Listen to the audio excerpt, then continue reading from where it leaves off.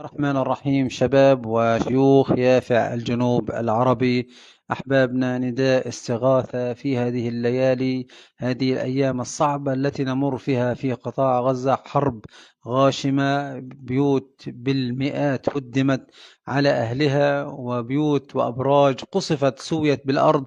يعني ما كان ملجأ لهذه الأسر إلا الهروب في حواصل تتدارى وتنستر يعني من القصف الصهيوني الغاشم.